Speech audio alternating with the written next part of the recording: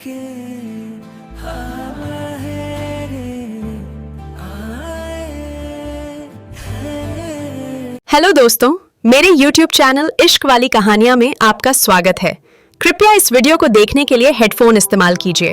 जब उस शाम का नरम गुलाबी और लाल रंग आकाश पर छा गया तो मेरी आंखों के सामने मेरे हजारों यादें तैरने लगीं। सूर्यमुखी कॉम्प्लेक्स की वो पुरानी गली, छोटे छोटे घर, जहां हर दिन नई कहानियां जन्म लेती थीं। मेरी जिंदगी का एक अध्याय वहीं शुरू हुआ था। मैं, रिया, हमेशा एक बात में विश्वास करती हूँ। प्रेम केवल भावना नहीं, बल्कि साहस, जोखिम और अपनी सीमाओं को पार करने का नाम है। मेरे करीब का इंसान, अर्जुन, मेरी जिंदगी का एक अनजाना अध्याय है, जिसके साथ मेरा रिश्ता एक अनसुलझी उत्तेजना के साथ जुड़ा हुआ था। कॉलेज के दिनों से हम दोस्त थे और अब वह दोस्ती एक रोमांटिक बंधन में बदल गई है।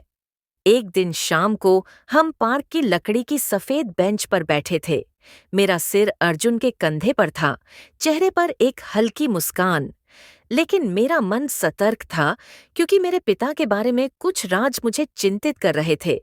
बिना कहे उसके आंखों में मैंने देखा कि वह किसी और से फोन पर बातचीत कर रहा है, जिसने मुझे असहज कर दिया। मैं बिना आवाज किए बोली, पापा ने मेरा रिश्ता तय कर दिया है। उसकी आंखों में रहस्यमय लालसा की चमक थी। वह धीरे धीरे मेरे गाल पर चुंबन लगाकर बोला, चलो हम भागकर शादी करते हैं। मेरे दिल की गहरी धड़कनें आग की तरह भड़क उठीं, पर साथ ही डर भी था।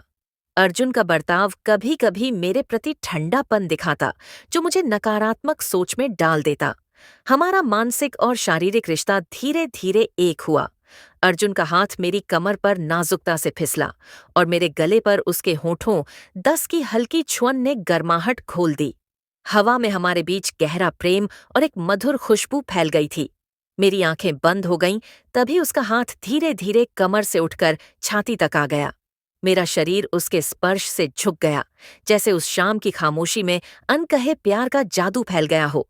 उस खूबसूरत पल में हमें बस सांसों का साथ चाहिए था। हमारे बीच जितनी कम बातें हुईं, उससे अधिक स्पर्शों में प्रेम झलक रहा था।